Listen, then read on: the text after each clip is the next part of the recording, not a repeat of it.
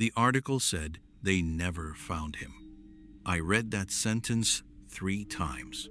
Then I looked back at the photograph.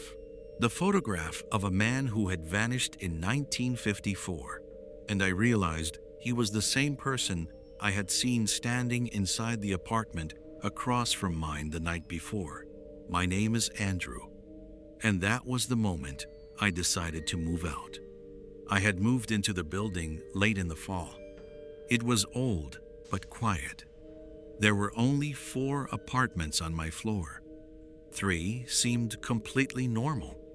The 4th one, directly across from mine, looked abandoned. At least, that's what I thought at first. Then I noticed something strange. Every night, at exactly 11:17 p.m., the lights in the apartment across the hall would turn on, every single room. And every night, at exactly 3:17 a.m., they would shut off. Not a minute earlier, not a minute later. But that wasn't the strangest part. Whenever the lights came on, a horrible smell filled the hallway. A foul, rotting odor. Even with my door closed, I could smell it inside my apartment. Sometimes, it was strong enough to wake me up. One afternoon, I asked an elderly neighbor about the apartment. The moment I mentioned it, her expression changed. Nobody lives there. She said. I laughed. The lights come on every night. She slowly shook her head. Nobody has lived there for a very long time. Then she walked away. A few days later, curiosity got the better of me. I walked over and knocked on the door. Nothing. I rang the bell. Still nothing. But just as I was turning away, I heard something. A slow footstep. Then another. Somewhere deep inside the apartment. That night, I watched through my peephole. At exactly 11:17 p.m., the lights came on. A few minutes later, the apartment door slowly opened. Only a few inches. Warm yellow light spilled into the hallway. I was about to step away when I saw movement. A tall, thin man was standing at the far end of the apartment, completely motionless, watching. A moment later, the door slowly closed. The next day, I went to the local library. I don't even know why. Something about that apartment felt wrong.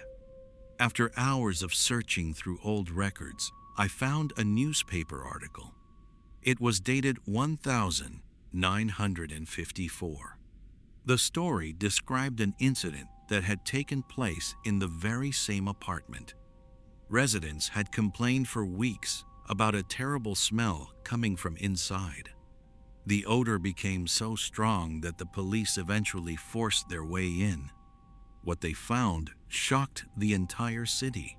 According to the article, officers discovered a man inside who was reportedly feeding on the remains of his own family. When they attempted to arrest him, he attacked. 2 officers were killed. A third managed to escape and call for backup. But when police returned, the apartment was empty. The man had vanished. He was never found. At the bottom of the article was a photograph. My blood ran cold. It was him, the same man I had seen standing in the apartment the night before. I checked the date again, 1954. Even if he had been 20 years old back then, he would have been around 90 today. But the man I saw looked much younger. That same day, I decided to leave. Unfortunately, I still had one more night in the apartment. At exactly 11:17 p.m., the lights came on again. And almost immediately, the smell returned.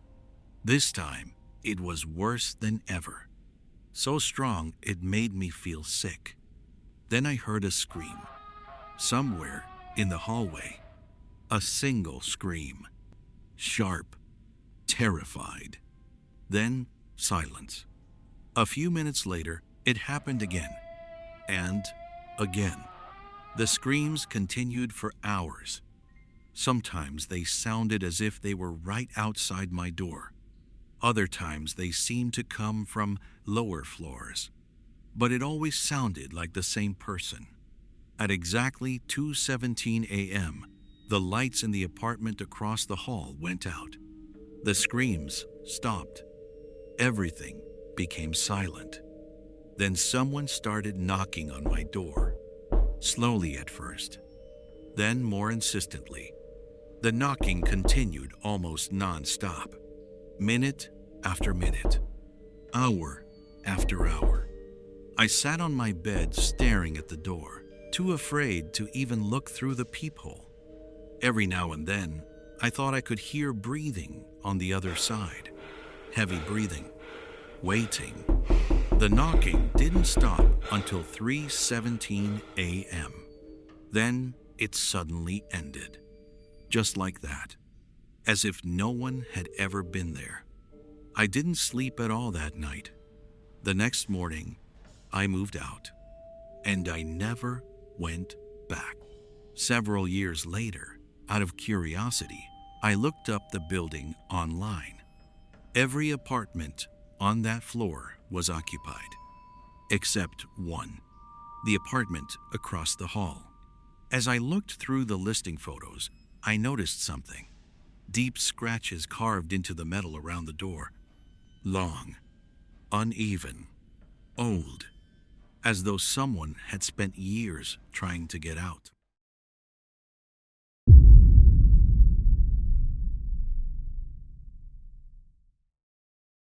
How many ninjas was I supposed to face on the way here? Haruka asked. The monks exchanged uneasy glances. 6, one of them finally answered. Haruka tilted her head. Then why did I fight 7? The temple fell silent. Even the crackling torches seemed quieter. The oldest monk slowly rose to his feet. Describe the 7th. A strange smile appeared on Haruka's face. He was dressed entirely in black. Even his eyes were black. She paused. Honestly, I expected more. The monks frowned. Something about her felt wrong. Haruka had just completed one of the most difficult trials in the history of their order. She should have been exhausted. Instead, she looked relaxed, almost entertained. The old monk swallowed. "The sword," he said. "Show it to me." Haruka lifted a black katana. This one? Hand it over. For a brief moment, her smile widened. No. The monks stared at her. "What?" You wanted to see it. She slowly turned the blade, allowing the firelight to glide across the dark steel. There. Look all you want. But she never released her grip. A cold chill ran down the old monk's spine. Something was terribly wrong, and somehow he already knew it. Months earlier, in a small mountain village in Japan, there lived a young woman named Haruka. Ever since she was a child, she had dreamed of becoming a ninja. There was only one problem. Women were forbidden from joining the ninja clans. Most people would have abandoned that dream. Haruka never did.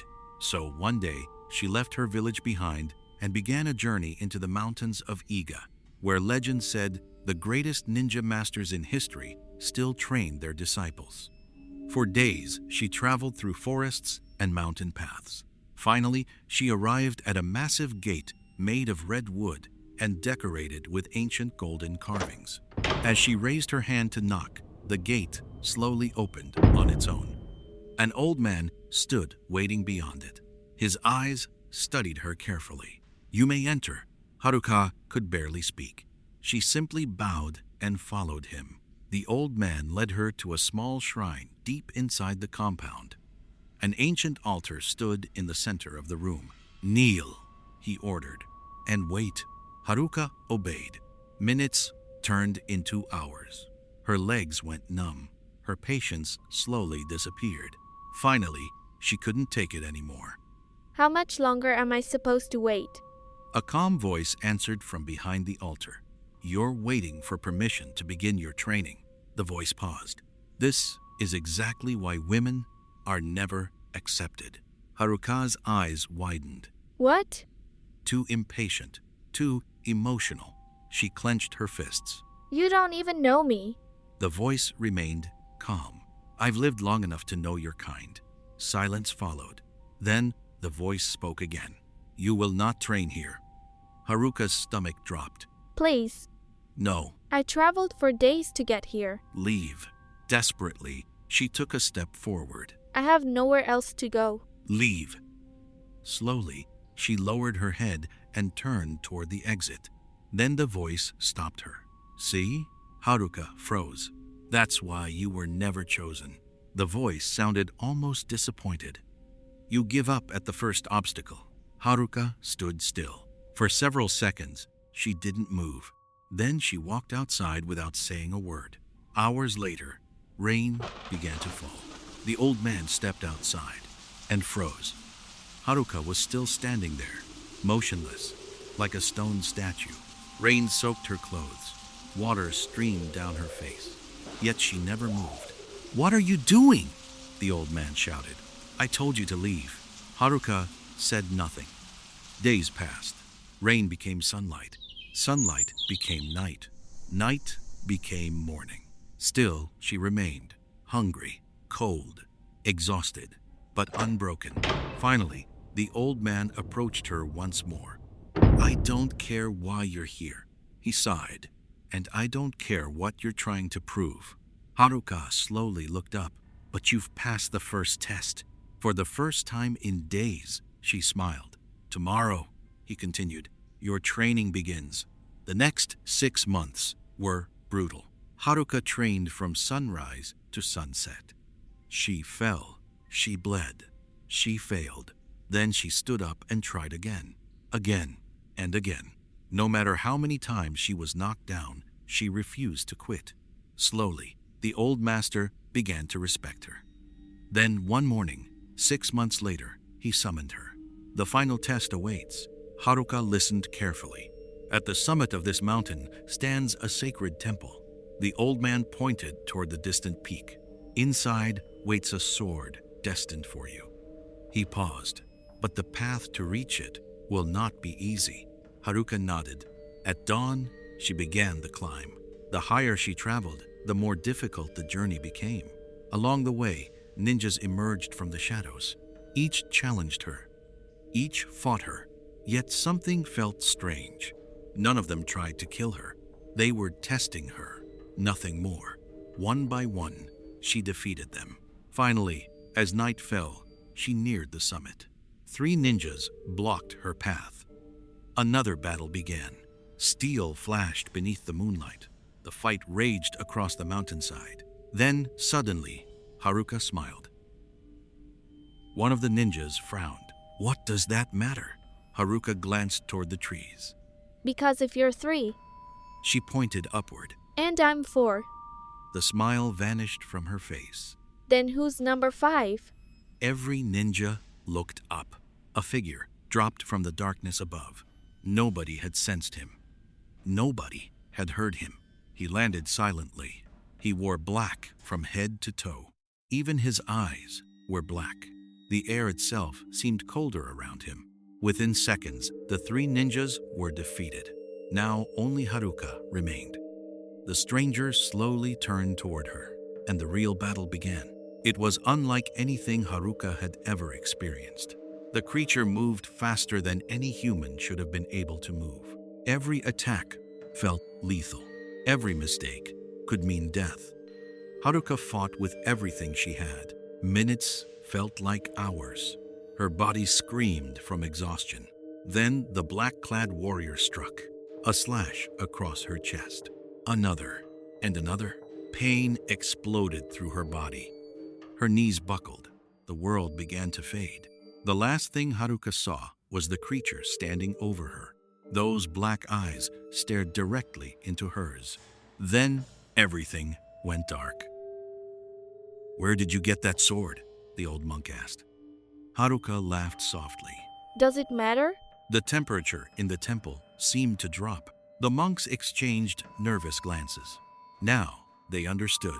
The real Haruka would never have spoken that way. One monk took a trembling step backward. No, His voice barely rose above a whisper. The Shadow Ninja, the oldest monk, closed his eyes. He knew the legend, an ancient nightmare passed down through generations. Creatures that hunted travelers in the dark, creatures that stole faces, stole identities, and wore them like masks. Nobody who encountered them ever returned alive. Haruka slowly turned her head. A smile spread across her face. Finally, The smile widened. you figured it out. Outside, darkness swallowed the mountain. The torches flickered, and for the first time, the monks truly saw her eyes. Completely black, the same eyes that belonged to the creature on the mountain path. The same eyes from the old legends. The same eyes that should not have existed. The monks realized the truth, far too late. The screams echoed through the temple for only a few seconds. Then silence returned. By sunrise, the stone floor was covered in blood. And far below, on a lonely mountain trail, the body of the real Haruka remained where it had fallen. Cold, lifeless, and missing its face. She had died the moment she met the Shadow Ninja. The one who reached the temple was never Haruka at all.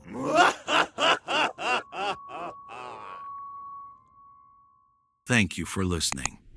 Check your locks, turn off the lights, and sleep well, if you can.